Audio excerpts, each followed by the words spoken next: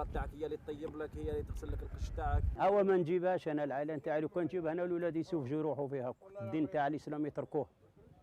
على بالك انا انسان كي يجيب العائله نتاعو هنا وما يكومانديش خلاص، المراه هي اللي تكوماندي والولاد راحوا فسدوا من السرق والكيف ودعاوي الشرع، وانا علاه نزيد نجيب انا ما كفيتش روحي حتى نولي نعود نجيب نولي في الدين تاع واحد، ما نقدرش انا في هذاك الشيء اخويا.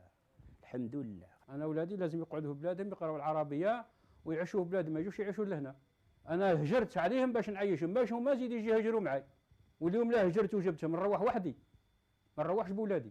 حنا نشوفوا فيها ما عندك اولاد لهنا، بصح انا كي نقول عندي ولادي لهين، بصح لهنا ما عنده حتى واحد ولده.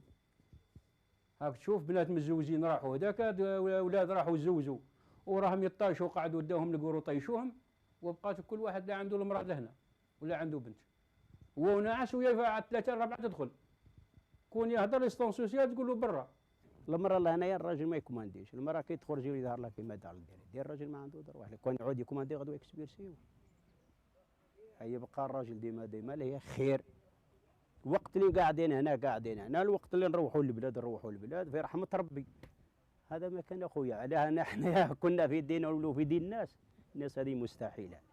تهني هذه واليوم الخميس معروفين احنا نعرفوها يا اخي.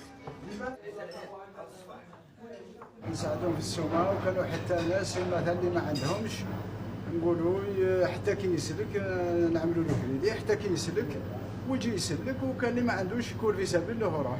هذه هي. واحد شربه ناخذها باش واحد زيتون بالعب.